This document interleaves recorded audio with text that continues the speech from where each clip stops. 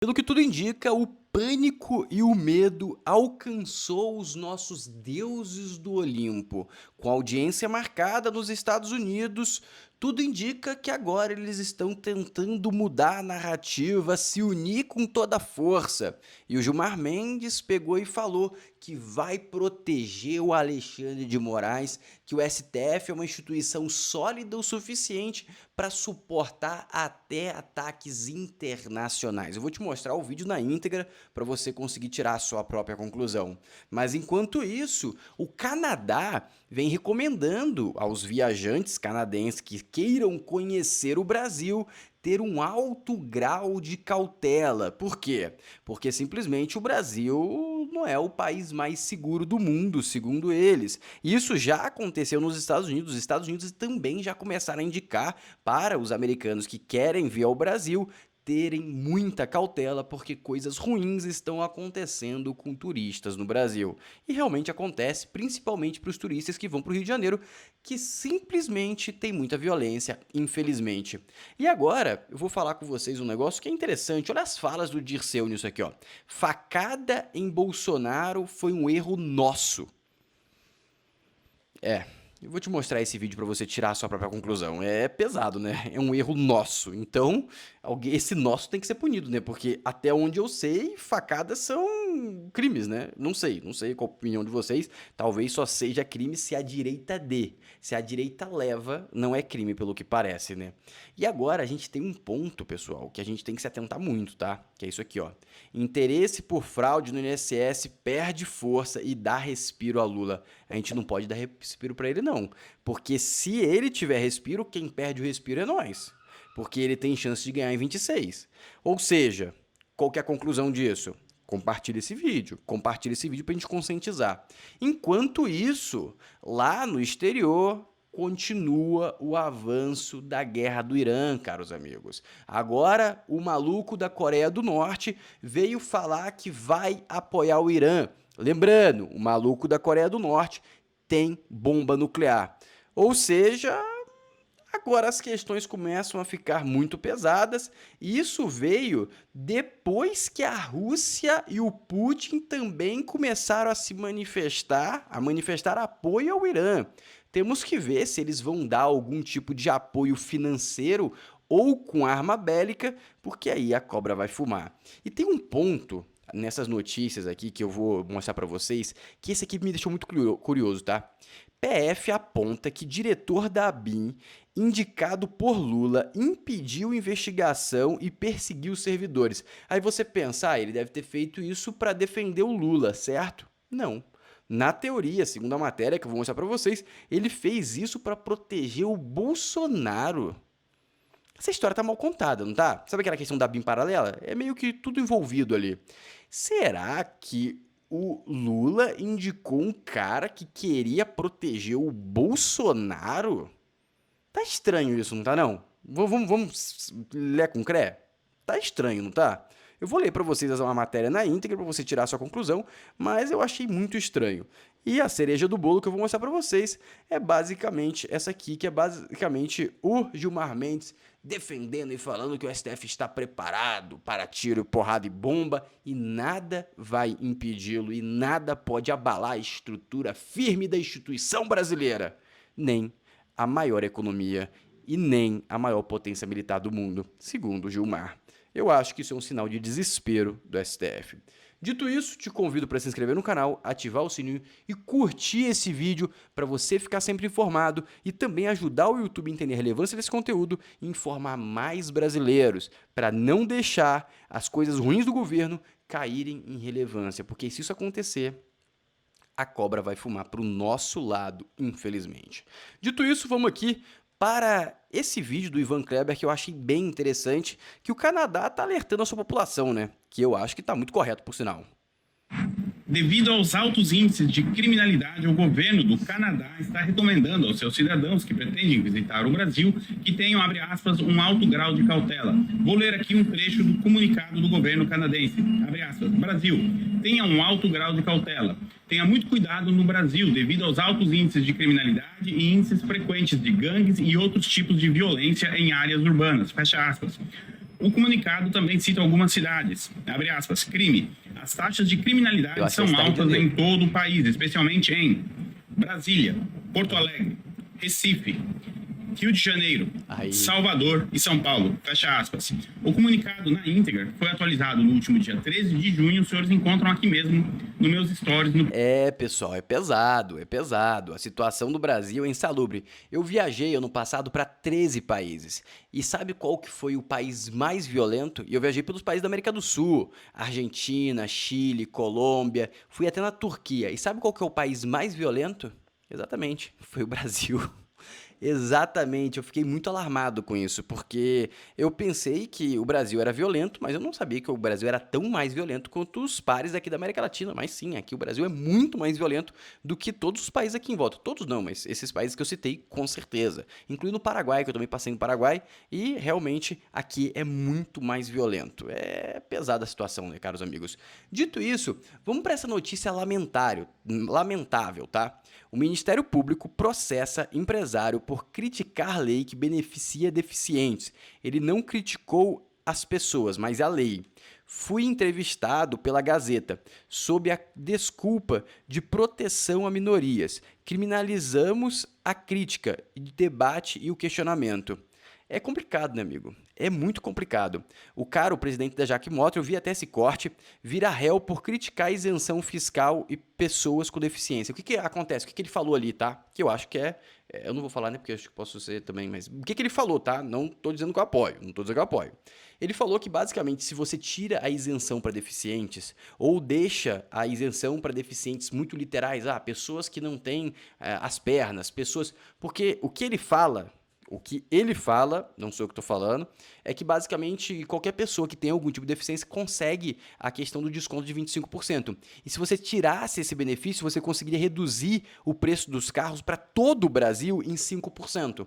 Essa é a colocação que ele fala. E aí, basicamente, ele foi punido por dar a opinião dele.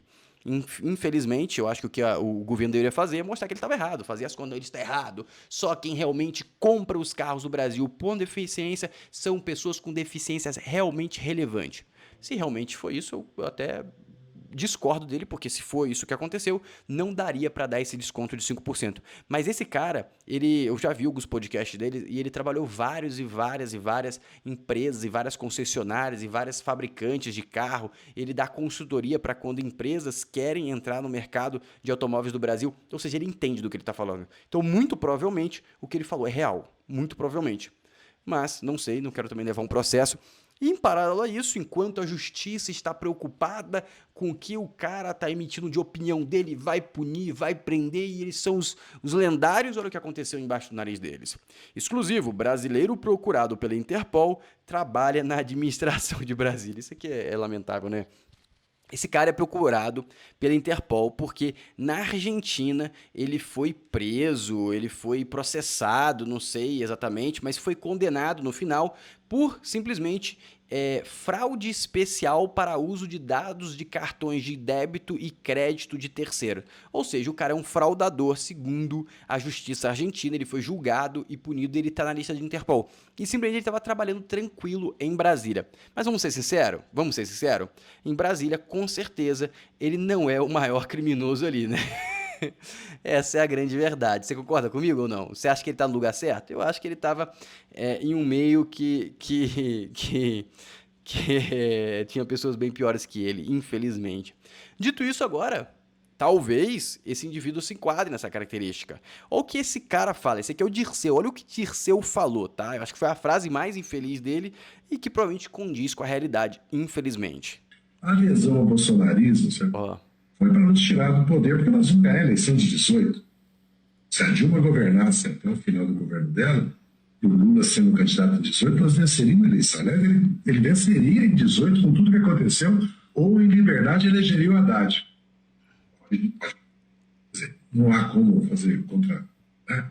Na história você não pode...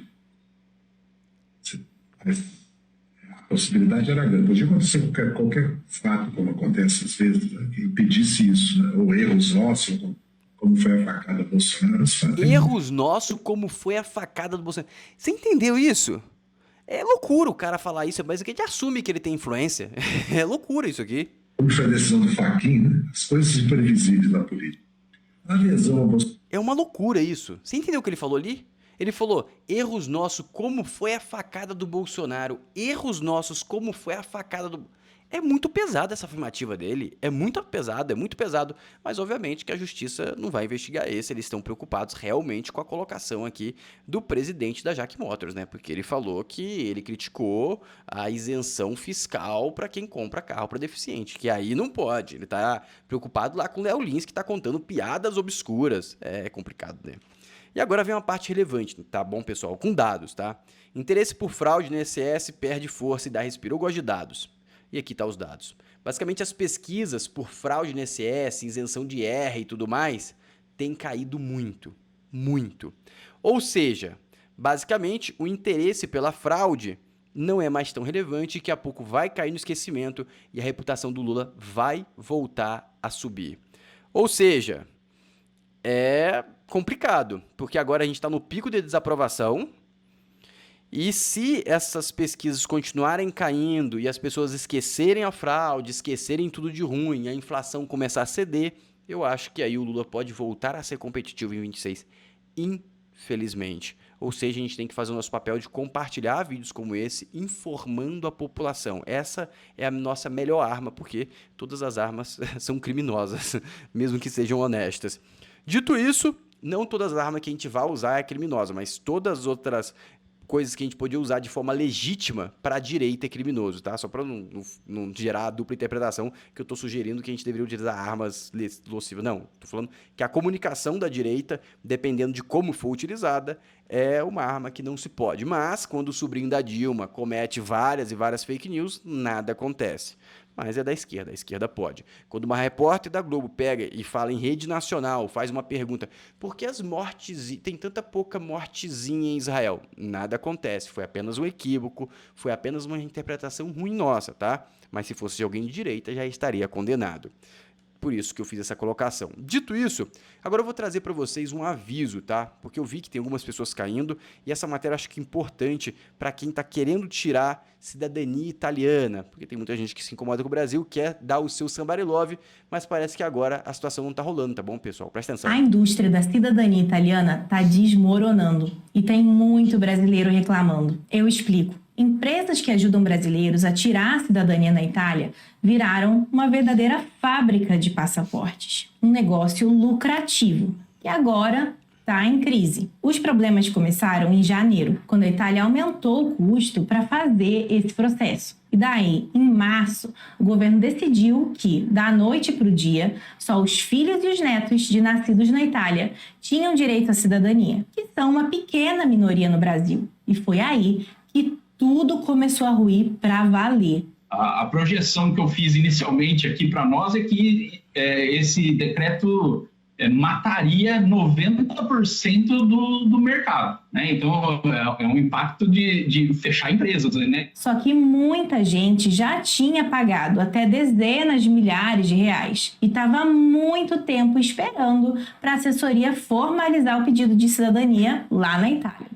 Quem não teve essa sorte até março perdeu o direito ao passaporte, pelo menos por enquanto. Não só não protocolaram, como eu perdi o direito. As reclamações na internet e no Procon dispararam. É muito frustrante quando você contrata um serviço, você paga por esse serviço, você fornece tudo que foi pedido e eles não cumprem o básico. Eu não vejo outra alternativa que não seja fazer barulho. E tem muita empresa ainda vendendo a promessa de que tudo vai voltar a ser como era antes. Então, mas mesmo assim, eles não admitem que eu perdi o direito.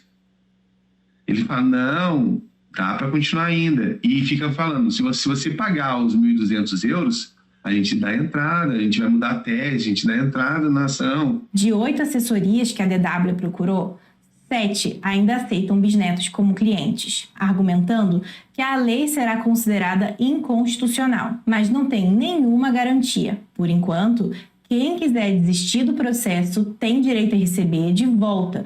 Ou seja, se você está no meio disso, pegue seu dinheiro de volta, minha humilde sugestão, porque no Congresso italiano provavelmente não vai passar para voltar à regra anterior, provavelmente vai passar essa nova regra. o mundo está indo para a direita. E a direita tem... a direita tendo para a direita / conservadorismo. E basicamente o mundo inteiro está começando a gerar limitação para imigrantes. Mesmo o problema não sendo os imigrantes brasileiros. O maior problema lá da Europa são os imigrantes dos Emirados Árabes, os indianos e tudo mais, que tem uma cultura muito diferente da europeia. Mas, infelizmente, vai entrar todos os imigrantes neste mesmo balaio. Ou seja, se você quer tirar, dê uma segurada. Se você não for neto, se eu fosse você, eu pesquisaria muito a fundo antes de pagar qualquer coisa, porque essas empresas, pelo que parece, estão iludindo o povo. Então, é um alerta que eu trago para vocês. Eu até gostaria de saber se vocês gostam desse tipo de alerta ou não, ou se eu tenho que focar 100% sempre em política e economia, que é o que eu gosto de falar também. Dito isso, vamos entender como que foi a operação que gerou aquele impacto gigantesco no Irã. Saiu agora, step by step, tudo o que aconteceu. A Operação Martelo da Meia-Noite. Os Estados Unidos apagaram o programa nuclear do Irã com um tapa só. Isso aconteceu dia 22 de junho, vulgo ontem. Dito isso, vamos lá entender o que aconteceu. Primeiro, eles mandaram esses aviões B-2, que eles nunca tinham feito nada parecido como isso. E também foram testados que realmente eles são indetectáveis pelo radar, porque eles fizeram tudo isso na calada da noite, no silêncio, e ninguém viu. Simplesmente eles explodiram todas as bases, fugiram do espaço aéreo do Irã, e o Irã não ativou nenhum tipo de antiaéreo, nenhum tipo de aparato antiaéreo, não derrubou nada, não causou nenhuma morte americana. 7 bombardeiros B-2 decolaram da base de Whitford, invisíveis a radar, reabastecidos no ar, cruzaram o espaço aéreo com autorização silenciosa da Turquia e da Jordânia, entraram no Iraque e então despejaram 14 MOPs, que é as bombas, esse tipo de bomba aqui que é a fura bunker, tá? Bombas de 30 mil libras feitas para penetrar concreto e destruir os bunkers. E aqui também vai ter as imagens. Foi uma missão realmente muito cirúrgica, tá? Foi uma aula de guerra moderna. Tudo que o Irã construiu em 15 anos foi pulverizado em minutos. Isso aqui não é uma verdade. Como assim, Floriano? Não se sabe, mesmo o Trump falando que foi tudo pulverizado e tudo mais no Twitter, ele fala às vezes demais, porque depois o secretário de segurança, o general lá, a galera mais técnica veio a público e falou, para a gente descobrir se realmente o ataque foi efetivo, a gente vai levar algumas semanas analisando. E também tem um boato aqui que ele fala que é mentira nessa sequência aqui, mas que não se sabe, que o Irã basicamente disse que ele conseguiu tirar alguns equipamentos e também boa parte do urânio enriquecido daquela base e guardou em lugares ocultos. Ou seja, ainda existe o risco do Irã conseguir fazer a sua bomba nuclear. Mas com certeza ele atrasou muito, porque segundo a ONU, eles estavam perto do enriquecimento de 97%, que é o mínimo para você conseguir fazer uma bomba nuclear, segundo os dados. Ou seja, ele estava perto, mas ele não conseguiu chegar lá. Ou seja, ele pode estar muito distante, se você conseguir destruir tudo, ou ele pode estar a alguns anos de distância, mas mesmo assim é um grande perigo, o que justifica um pouco mais por que o Trump está falando tanto em troca de regime, porque simplesmente esse regime tem esse fascínio por bomba nuclear e basicamente os Estados Unidos, Israel e boa parte do mundo livre do Ocidente não quer que o Irã tenha esse tipo de bomba, porque é muito perigoso. E aqui ele coloca onde entrou exatamente a bomba, que era onde tinha os reatores e tudo mais, que foi exatamente aqui. Esse aqui basicamente é o mapa que se conhece dessa instalação nuclear, e esses foram os lugares que aconteceu o ataque, foram pontos extremamente estratégicos. Mas como o general lá dos Estados Unidos falou, eles não têm 100% de certeza que foi extremamente bem sucedido, tá? Então, tem esse boato aí que eles tiraram algumas coisas, isso já foi um fato, que eles tiraram uma parte do urânio enriquecido, mas a gente não sabe se eles conseguiram tirar equipamento, não se sabe se eles têm outras instalações ocultas, porque essa instalação aqui que foi atacada, ela ficou boa parte do tempo oculta, ninguém sabia que ela existia, tanto que ela fica a 80 metros da superfície. Só descobriram muito depois, aí quando descobriram, eles aceitaram entrar no pacto nuclear e tudo mais, mas levou muito tempo. Então eles podem ter outros pontos ocultos também, o que é muito preocupante. Dito isso, vamos continuar agora para as falas do Irã.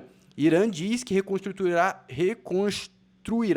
usinas nucleares e que atividades continuarão com maior potência. E aí, obviamente, que o Irã blefa muito, a gente não sabe se isso é verdade ou não. Eles falaram que eles tiraram as coisas lá, mas não se sabe se é verdade ou não.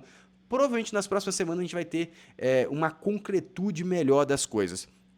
E também veio agora o maluco, o Kim Jong-un lá da Coreia do Norte, falando que tá do lado do Irã e que não abre e que o que os Estados Unidos fez tá completamente errado e que o Irã não está sozinho.